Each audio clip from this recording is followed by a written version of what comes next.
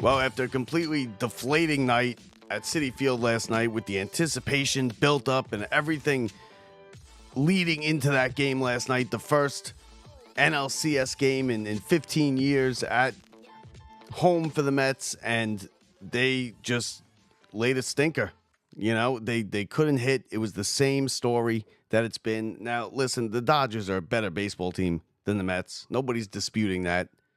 But 8-0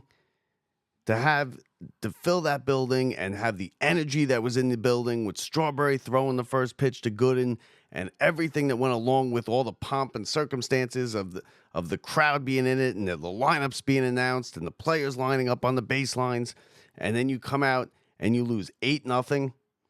And listen, it's the same story as game one. The Mets can't hit.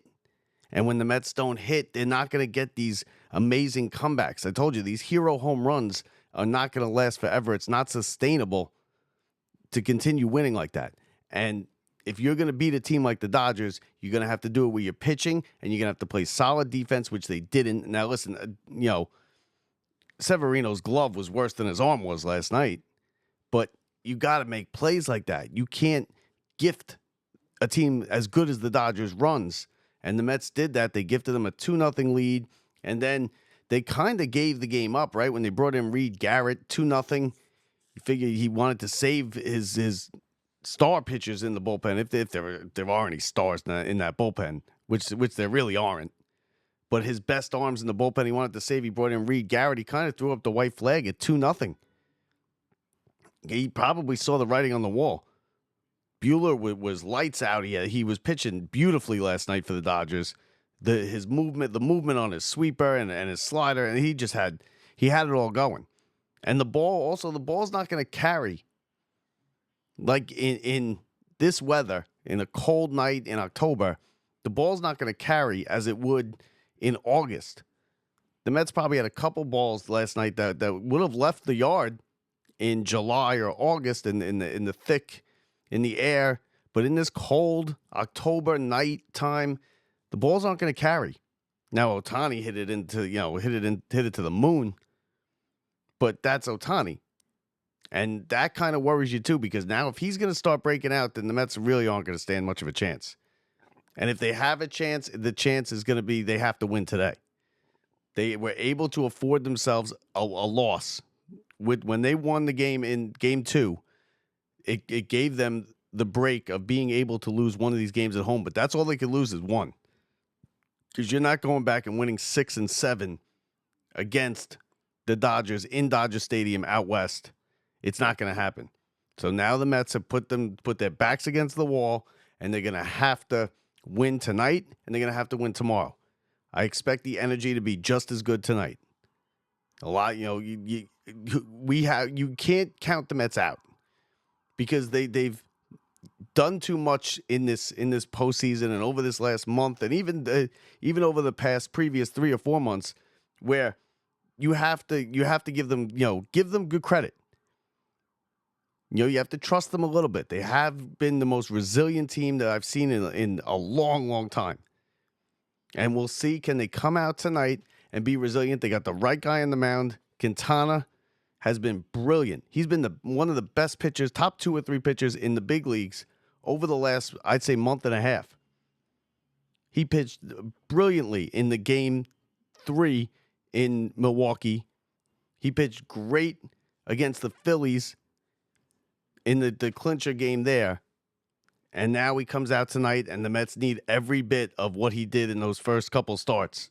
He's yet to let up an earned run this postseason. He doesn't have a postseason win in his career, which is kind of surprising. But he doesn't have a postseason win in his career. He's going up against Yamamoto, who has been up and down, but he was good his last outing. He does have an ERA around 4 or 5 in the postseason, so he hasn't been great, but he was good against the Mets in his last outing. Well, not against the Mets, I'm sorry. He was great in the decisive game 5 against the Padres. He's part of the reason why they won that game. He kept them scoreless through, I think it was 6 innings, and he was just brilliant against a good Padres lineup. And the Mets are going to need Quintana. They're going to need to get to Yamamoto. And you know what? They're going to need to get a lead in this game because you can't have the air just sucked out of that building like it was last night. I mean, when they hit when they got the 2-0 lead, you could just feel that it was like the air come out of the building and the excitement come out of it. And then there was the Muncy hit the home run. That made it 4-0, and the game was over right there. And then the icer was, the long home run into the, I guess, second deck in the Pepsi porch or whatever they're called, Coca-Cola corner, whatever they're calling it these days. He hit that ball a long way, did Ohtani. And was it fair? It was fair. It was close, but it was fair. And he hit it over the foul pole pretty much. That's a long home run. And listen, it was against Tyler McGill, right? Tyler McGill is on the team basically for that situation to just eat up innings in a game that's gotten away from you. And you can see why. But listen, either way, whether they lost last night 1-0 or 8-0, it doesn't matter. You lost. And you can't afford another loss at home because you're not going to go win 6 and 7 on the road in LA.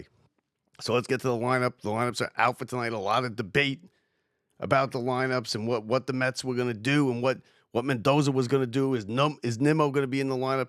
Is Alvarez going to be in the lineup? I mean, listen to these numbers in this series for these Mets. And these are the guys you're going to need to produce if you're going to win. J.D. Martinez in the postseason is 1 for 6 with 3 walks and 4 strikeouts. Alvarez, everyone's all over Alvarez. But when you listen to these other players, they're just as bad. They're in just as bad a slump. The offense has just gone out of the building in the last week or so for the Mets.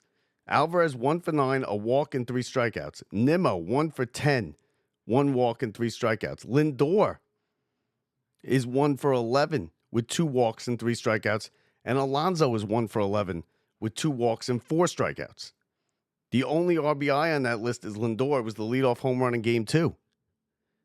So if you have between Alvarez, Nimmo, Lindor, and Alonso, 4 of your main players, they have 4 hits and 13 strikeouts. That's not going to be enough. That's not going to be enough to get, because if you're going to beat the Dodgers, you're going to have to score some runs. You're not going to hold this Dodgers lineup down to 1 run or no run. Even in the game where the Mets won and they were up 6-0, still finished 7-3. And the Dodgers got the tying run to the plate a couple times. So a lot of debates a lot of people wanted Alvarez to sit and they want to see Acuna in there. Listen, I'm not against Acuna being put into the lineup, but he's a kid. You really have no idea what you're getting. I think if things go south tonight and you just got to kind of take a flyer, you could put Acuna in down 3-1 in the series. But tonight you got to go with what got you to the dance. Go with the girl. Go home with the girl that got you to the dance. And that is the regular guys. He did switch the lineup up a little bit. Nimmo was hitting cleanup. We'll get to it here. Let's go through the lineup right now. You got Lindor leading off. Vientos is in the 2-hole. Then Alonso 3, Nimmo 4, Marte 5. I don't know how I feel. Nimmo, I'm not sure how. Nimmo is suffering from the plantar fasciitis in his foot. He's already said that he's going to need a walking boot after the season. I don't know how good Nimmo is really going to be for the Mets. Then in the 6th hole is J.D. Martinez. I don't like that move.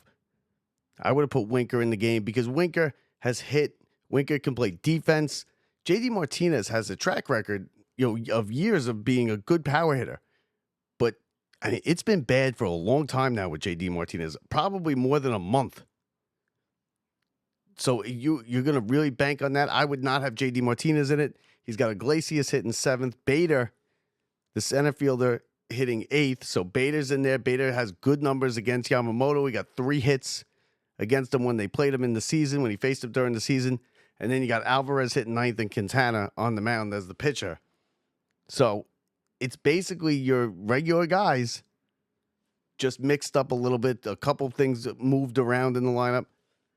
As far as, like I said, as far as Acuna goes, that's a shot in the dark. Yeah, you might get okay, a kid who doesn't realize how important this game is and is just out there having fun and has a big game because he's got a live bat and he's good in the field. But you could also get a kid out there who's kind of, freezes in the bright lights and makes a mistake and costs you a big couple runs or runs you out of a big inning.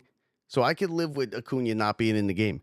JD Martinez, I don't think he has really earned to be in this lineup tonight. I mean, he's been bad. He's only 1 for 6 in the postseason.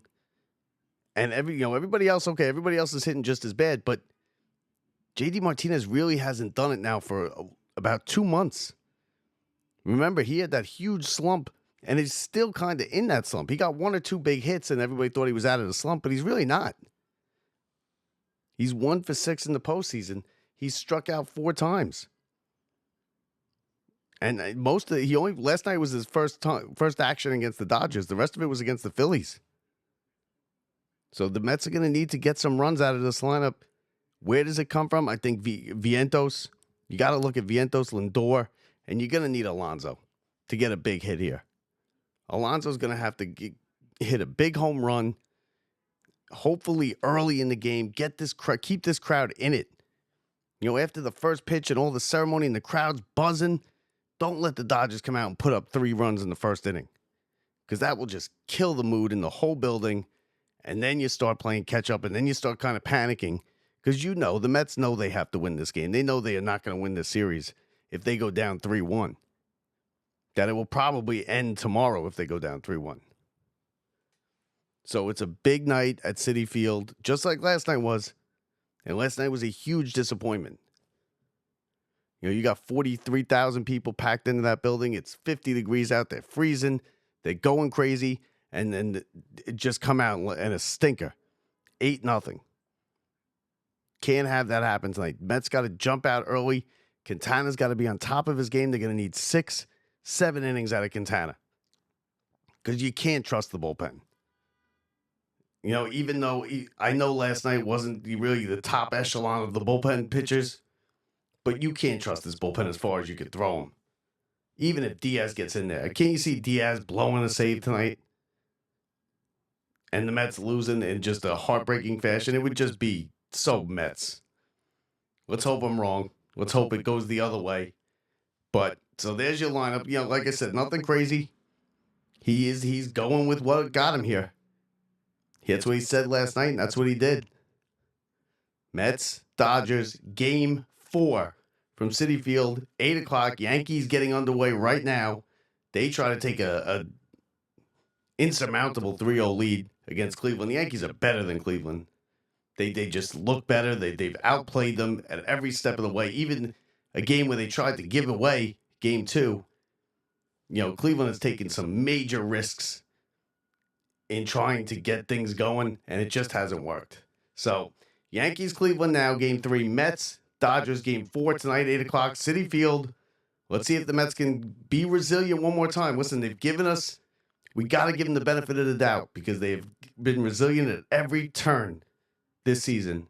And maybe tonight they do it again and they even this series up, and then we start all over again. And it's a best-of-3 series. If the Mets lose tonight, it might be, a funeral tomorrow at Citi Field. So we'll see what happens. Don't forget, rate, review, and subscribe. You can find us anywhere you get your podcast. You can also find us on YouTube.